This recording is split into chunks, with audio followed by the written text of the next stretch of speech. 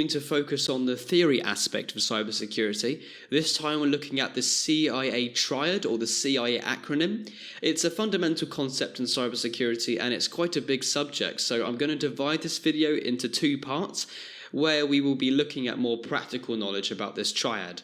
The other part should be available sometime this week. Hopefully by the end of this video, however, you should know what the CIA Triad is, its methods of ensuring it, and how it can be applied to real-life scenarios to assess security breaches.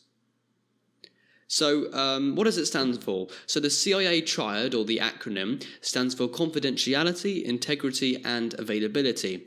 It is a guideline for information security and safekeeping of data within an organization. It should not be confused with the CIA, which is a government intelligence body in the US. So confidentiality, meaning privacy, is the restriction of access of data to authorized personnel and the assurance that only those people are allowed to view this data. Data may be ordered according to the security level of information, so a software engineer or developer should not have access to high-level data. There are ways you can ensure confidentiality, so having a strong user ID and password, so make sure that they are strong and difficult to crack through brute force. Data encryption, so only those with a key are entitled to view this information. Also two-factor authentication.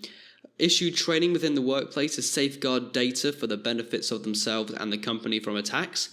And finally, minimizing the exposure of sensitive information. Next, moving on to integrity. So it is the accuracy, consistency, and trustworthiness of data during its use. During transmission, data must be untouched and not tampered by unauthorized entities. It is bound by data protection regulations such as the GDPR, which states that data must be accurate and up to date. Also, something I didn't include in this presentation, but the GDPR has the right for all citizens to request a sort of profile of what data is kept by the companies that they are registered with. So here are some methods to ensure integrity. File permissions and user access control prevents any third party from obtaining unauthorized access. Version control allows authorized users to roll back to a previous data state if it has been lost or corrupted. And finally, hashing algorithms use a hash key before transmission. So if the data is intercepted and modified, then a different hash key is displayed to the valid recipient.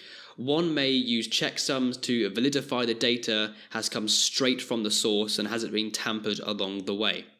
And finally, we have availability. So availability is the maintenance of equipment to make sure that the data is accessible to authorized persons anywhere at any time. Precautions should be made to recover data quickly from natural or man-made disasters. So here are some methods to ensure availability. There's hardware repair and monitoring to avoid hardware vulnerabilities. Make sure the software is up to date and that vulnerabilities have been patched. Regularly create backups to avoid losing data. And finally, install security equipment such as firewalls and antivirus software to protect against attacks such as a denial of service. Website queue systems are also effective. So this is an example of a real security breach that happened a while ago to VTech. VTech is a children's technology company that is known for making electronic devices such as toys and tablets. You can pause the video if you want, but to summarize, this was a huge security breach that accounts were exposed to hackers and compromised the privacy of thousands of families. Luckily, financial information such as credit cards weren't compromised. However, names, email addresses, passwords, etc. were. So it was perfect for identity theft, which followed after. Okay, so now we're doing some quick analysis. So did this breach compromise the confidentiality, integrity, and/or availability aspects? Well, it is both the confidentiality and integrity.